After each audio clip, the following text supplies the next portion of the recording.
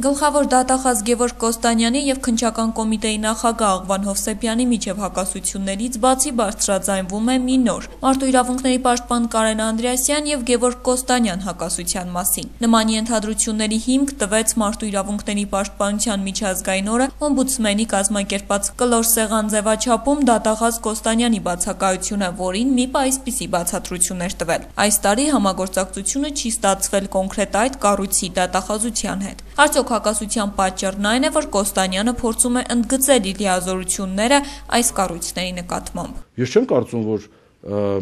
ողջամիտ կլինի պնդել, որ որևէ սուբյեկտի կողմից, որևէ պաշտոնյայի կողմից իր լիազորությունների իրականացումը ինքնին դիտվում է լիազորությունների իրականացման ինչ-որ բան է, չարաշահում չէ, գերակայության ինչ-որ սահմանույթ։ Դատախազը ունի իր գործառույթը, քննիչը ունի իր գործառույթը, յուրաքանչյուրը իրականացնում են իրենց լիազորությունները։ Հիմա, եթե քննիչը կայացրեց ապօրինի որոշում, դատախազի գործողությունն էլ վերացնել այդ ապօրինի որոշումը։ Եթե քննիչը կայացրեց օրինական որոշում, դատախազը կհաստատի այդ որոշումը։ Սրա մասին է խոսքը։ Խնդիրը սակայն այստեղ այն է, որ դատախազը ինքը շատ դեպքերում չի կողմնորոշվում, որն է օրինականը, որն անօրինականը։ Օրերս պաշտոնապես հաստատվեց, որ դատախազությունը կարճել է իր իսկ հարուցած ևս մեկ քրեական գործ։ Խոսքը Աղվան Հովսեփյանի ղեկավարած քննչական պետական կոմիտեի Շենգավիթի բաժնի պետի և քննիչներից մեկի դեմ հարուցված գործի մասին է։ Այս գործը Գևորգ Կոստանյանի ղեկավարած կառույցի կողմից էր հարուցվել և ուղարկվել էր հատուկ քննչական ծառայություն քննելու։ Հատուկ քննչական ծառայությունը որոշել էր կարճել գործը, Կոստանյանն էլ այն երկրորդ անգամ էր ուղարկել ՀԿԾ։ Այժմ պարզ է դառնում, որ գործը նորից է կարճվել, այս անգամ արդեն Կոստանյանի կողմից։ Մենք օրեկան տասնյակ քրեական գործեր հարուցում ենք, տասնյակ քրեական գործեր կարճում ենք։ Սա նորմալ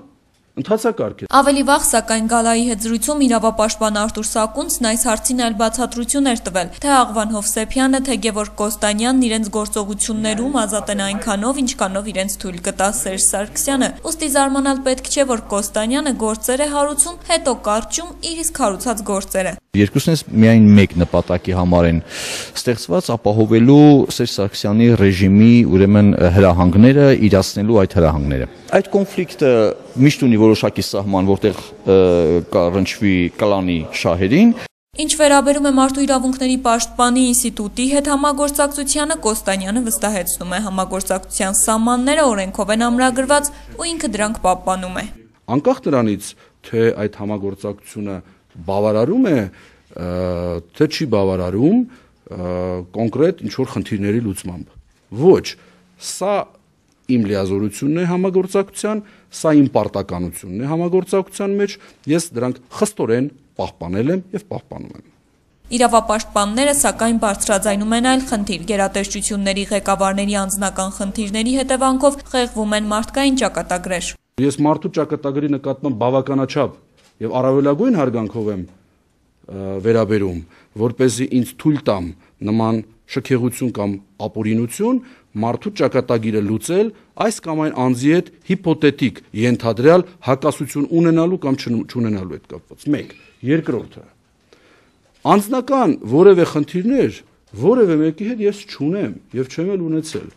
Եվ ամենակարևորը, անձնական խնդիրներով պայմանավորված ես չեմ կարծում, որ որևէ մեկը կարող է իրականացնել իր պաշտոնական լիազորությունները։ Սակայն հիշեցնենք, Սուրիկ Խաչատրյանի տան մոտ սպանված Ավետիք Բուդաղյանի ընտանիքի փաստաբան Հայկ Ալումյանի գնահատմամբ հենց պաշտոնական լիազորության չարաշահում էր Գևորգ Կոստանյանի այն հայտարարությունը, թե Սյունիքի մարզպետ Սուրիկ Խաչատրյանի տան վրա զինված հարձակում է եղել և որ Սուրիկ Խաչատրյանը դեպքի վայրում չի եղել։ Ալումյանը սա համարում է կանխակալ հայտարարություն, որի վրա էլ կառուցվել է հետագա ամբողջ գործը։